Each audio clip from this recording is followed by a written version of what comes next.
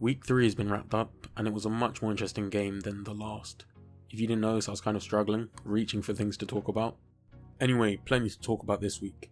We started off very slow that first quarter. It was almost like the team was half asleep. We've been on cruise control against the Colts and the Jets, and all of a sudden the best team in the league comes and smacks us in the face with 24 points.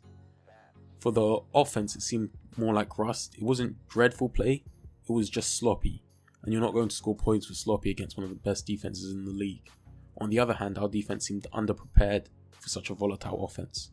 We did manage to pull ourselves together, getting in gear with an insanely athletic over-the-head interception by Glover Quinn, and then immediately driving down the field for a Stafford to Jones touchdown. And then when the second team started to come into the game, in the latter quarters, the team began to cut away at that lead, mainly through Dwayne Washington, achieving a receiving and rushing touchdown. We took the lead and then lost it, conceding 2 field goals. I'm cutting out the negative positive format for this video just to see if it flows better. I feel that first quarter answered the question, are we a Super Bowl team? And the answer is obviously a resounding no, not yet. Stafford's slow start on the offense compared to Brady's, our starting defense that looked shaky, uncertain and indecisive. The poor defensive showing was reminiscent of last year. We gave up too many short passes and allowed runs to get more yardage than they should have. This was either mainly due to Davis's inexperience missing his gap assignments, or Whitehead's agility and speed missing open field tackles. That got better though as Davis warmed up and caught up to speed as the game developed, and also when Warrior was subbed out for Reeves-Maybin. 40-44 looked like a good tandem. I thought originally that Reeves-Maybin wouldn't start games this year due to being a little undersized and being a rookie, but he did a decent job, and I think a better job than Warlow. The same sort of goes for Whitehead. He got replaced by Williams because of an injury, and Williams stepped up. So it wouldn't be a total surprise to me if we ended up with an all-rookie contract linebacker core at some point this year, and the only way is up from there, which in the long term would be a very positive thing for the team.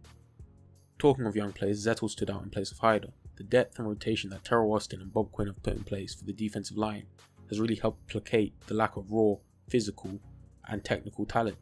We're not to be comfortable with our D-line, and I hope we do address it after this year in the draft. But it means we have a system that works in the meantime that puts functional players on the field. Now I'm saying a lot of positive stuff in the context of a loss and being steamrolled 24 points in the first quarter, and on paper it looks terrible. To me though, watching the game it didn't seem too bad, and maybe I'm deluding myself a bit, but ask yourself, if we had scored in that first quarter and it was 24-7, how would you see the game? If we hadn't given up a silly fumble leading to a score immediately after and it was 17-0, how would you see it?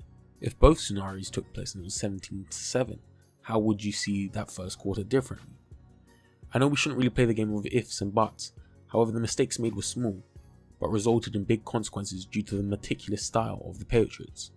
The offense looked uncouth and the defense seemed to be on the back heel and a little in shock. Those outcomes that I listed wouldn't have been positive, but the majority of our issues were form-based. We weren't outskilled or physically bested in any major way, bar a few plays. We just haven't got that machine mentality or experience in terms of the young guys. This was one of the reasons I didn't do an early record predictions video. I wanted to see this game. I think it's likely we go 9-7 again. This time I hope it's a more controlled 9-7. I think the earnest goal this year is winning a playoff game, because we really don't want to remain the Bengals of the NFC, and with Stafford's new contract of $27 million a year, results are needed. Everyone's been clowning Rob Parker for his reaction to the new contract, and it's laughable that he thinks Kaepernick is a better QB than Stafford. Also, he fails to understand that it's just how contracts work. I bet Marcus Mariota and Jameis Winston will be holding the biggest contracts in a couple years' time, but with a better management team, Stafford does need to produce post-season.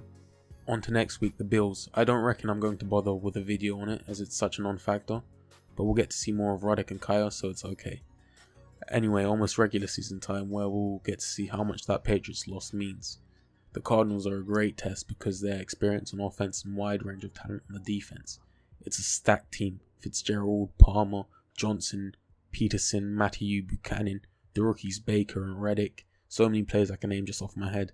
I honestly don't see us winning it, but we'll see. As always, feel free to leave opinions down below, and thanks for watching.